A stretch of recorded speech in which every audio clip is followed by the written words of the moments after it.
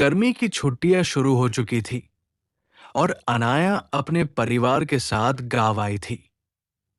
उस पुरानी हवेली में जो कई पीढ़ियों से उनके परिवार की थी। हवेली तो खूबसूरत थी, लेकिन उसका एक कोना ऐसा था जहां कोई जाता नहीं था।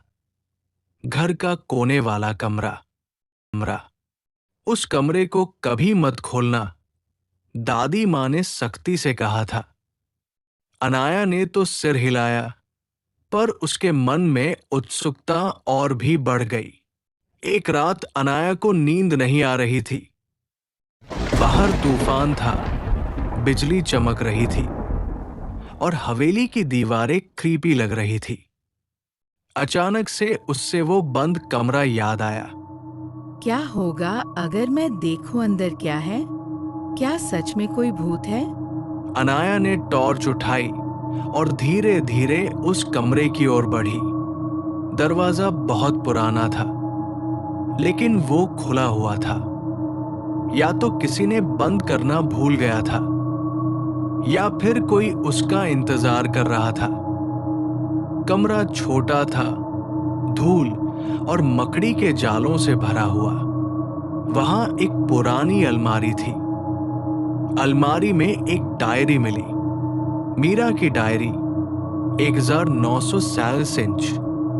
उस डायरी में लिखा था, आज विक्रम भैया ने मुझे फिर से धमकाया।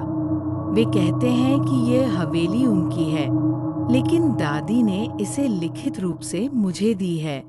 क्या मीरा दादी की छोटी बहन थी? और क्या विक्रम चाचा ने कुछ गलत किया था? अनाया ने पूरा सच दादी माँ को बताया। दादी माँ रो पड़ी। मीरा मेरी छोटी बहन थी। उसने सच में उस कमरे में कुछ सबूत छोड़े थे, पर मैं विक्रम से डर गई थी। अगले दिन अनाया ने वो डायरी विक्रम चाचा के सामने रख दी। उनका चेहरा पीला पड़ गया। कानूनी जांच के बाद पता चला, पूरी हवेली मीरा के नाम थी और उसके बाद दादी के। विक्रम चाचा ने धोखे से कब्जा करने की कोशिश की थी। हवेली को फिर से बनवाया गया और उस बंद कमरे को एक विरासत कक्ष में बदल दिया गया, जहां मीरा की डायरी और कहानी को प्रदर्शित किया गया।